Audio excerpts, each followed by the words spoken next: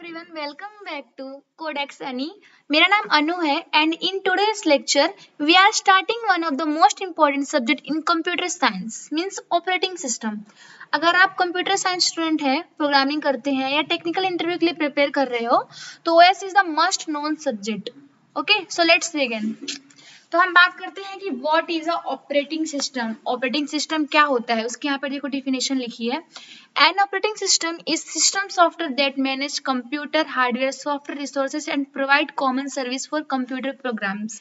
इसका मतलब होता है, सिंपल वर्ड में बताती हूँ आपको, जब आप फोन यूज करते हो, यूट्यूब चलाना या तो इंस्टाग्राम ओपन करना, व्हाट्सएप मैसेज भेजना, इन सब के पीछे आपने सोचा है क्या है? इन सब के एक इनविजिबल मैनेजर काम करता है। इन सब के पीछे कौन काम करता है? Invisible manager. That's is our your OS means Android and iOS.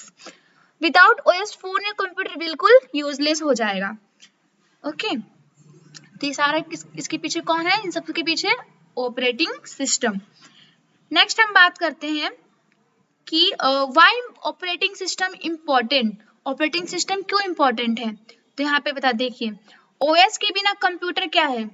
जैसे कि बॉडी विदाउट ब्रेन, हमारी बॉडी के विदाउट ब्रेन, उसी प्रकार कंप्यूटर ओएस के बिना ऐसे ही है, कुछ नहीं है, मतलब ब्रेन उस गई ऐसा। जैसे कि मेमोरी हो गई, प्रोसेस, हार्डवेयर, सॉफ्टवेयर और कम्युनिकेशन, दोनों के मतलब मशीन और यूजर के बीच में कम्युनिकेशन, सारा काम कौन करता है? ऑपरेटिंग सिस्टम ही करता है। एग्जाम्पल, जब आप लैपटॉप ऑन करते हो तो उसमें विंडो बूट्स अप आता है, फिर आप काम इजिली कर पाते हो। ठीक है, नेक्स्ट हम बात करते हैं स्ट्रक्चर ऑफ कंप्यूटर सिस्टम। इसके 4 सिस्टम पार्ट दिए गए हैं। ठीक है, इस कंप्यूटर सिस्टम के जो हम देखने वाले हैं, पहला कौन सा? यूजर। यूजर मतलब कि people who are using the computer, जैसे आप और मैं। ठीक है, नेक्स्ट बात करते हैं एप्लीकेशन प्रोग्राम्स। एप्लीकेशन प्रोग्राम जैसे कि कंपाइलर्स हो गए, डेटाबेस, गेम, क्रोम वगैरह, ठीक है, ब्राउजर एक्सेट्रा। ऑपरेटिंग सिस्टम जैसे कि interface between user and hardware, a special program which acts as an interface between user and hardware. Next बात करते हैं हार्डवेयर की। तो हार्डवेयर जैसे कि सीपीयू हो गया, डिस्क हो गया, मेमोरी हो गया, ये सारे क्या है? ये हार्डवेयर में आते हैं। तो ये 4 सिस्टम है कंप्यूटर के। ठीक है, 4 पार्ट्स हैं कंप्यूटर सिस्टम के। अब हम बात करते हैं फीचर्स ऑफ ऑपरेटिंग सिस्टम। तो इसके फीचर्स दिया है। पहला फीचर्स क्या दिख रहा है आपको? Resource management. जैसे कि OS allocates resource like memory, processor and storage different task.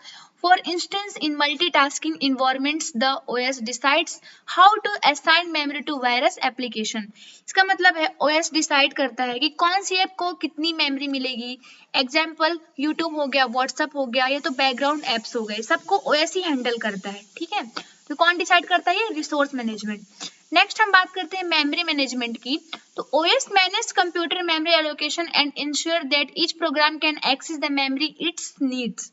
Means every app को मेमोरी का एक सेपरेट बॉक्स मिलता है ताकि कोई ऐप दूसरी ऐप का डेटा ओवरराइट न कर सके। तो कौन मैनेज करता है? मेमोरी।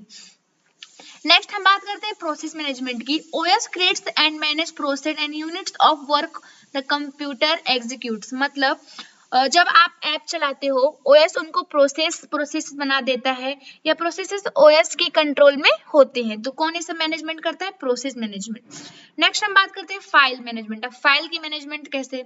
तो ओएस क्या करता है? फाइल को मैनेज करता है, ऑर्गेनाइज करता है and grant access to different program and users. Means की जैसे कि आप फाइल को ऑर्गेनाइज करना, स्टोर एंड रीड राइट करना, जैसे एग्जांपल माय कंप्यूटर हो गया, फिर सी ड्राइव हो गया, फोल्डर, फाइल्स, तो सारा कौन मैनेज करता है? फाइल मैनेजमेंट करता है।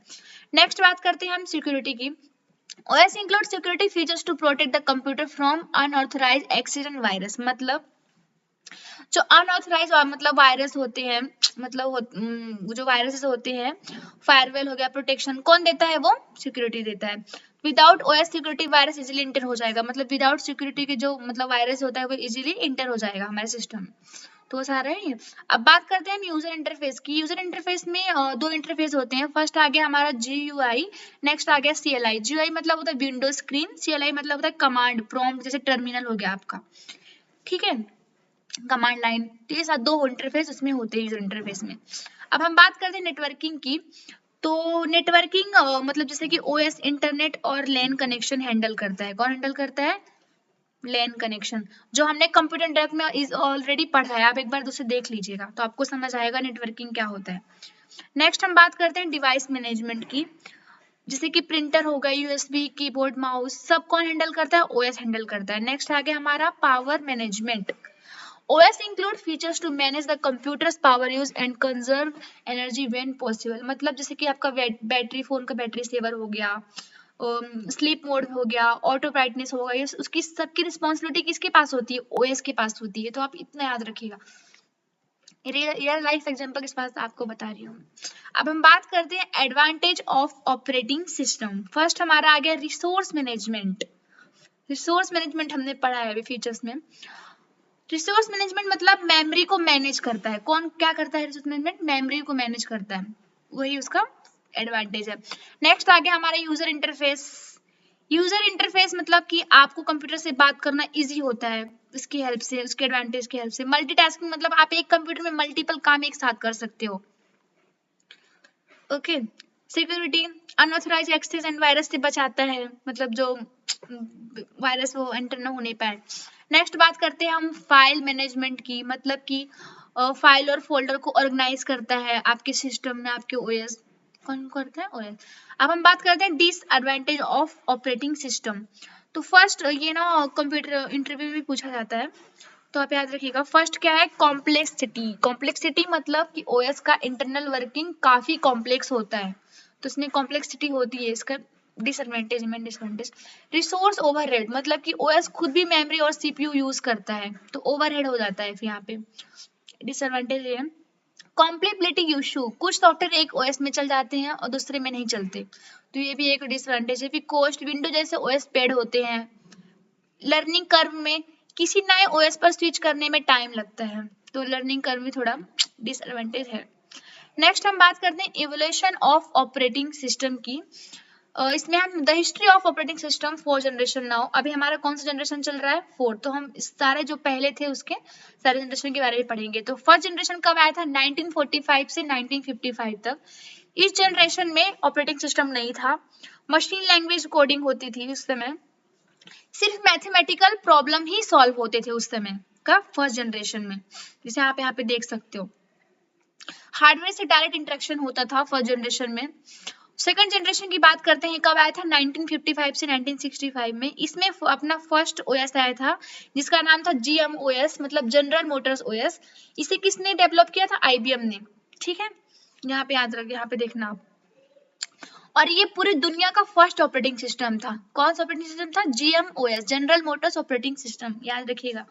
यूनिक्स डेवलप, फिर उसके बाद क्या आया? Free and powerful Unix develop हुआ कुछ, मतलब फ्यू इयर्स में फ्री में हुआ ये।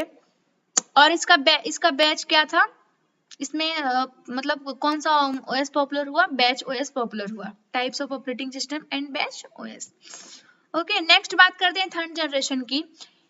थर्ड जनरेशन में मल्टी प्रोग्रामिंग इंट्रोड्यूस हुआ। एक ही कंप्यूटर पे मल्टीपल टास्क हो सकते थे, और इसे कौन सीपीयू इसका आइडल नहीं रहता था। ओके, नेक्स्ट बात करते हैं फोर्थ जनरेशन, मतलब नाउ, अभी प्रेजेंट में। वो कब आया था? 1980 में नाउ।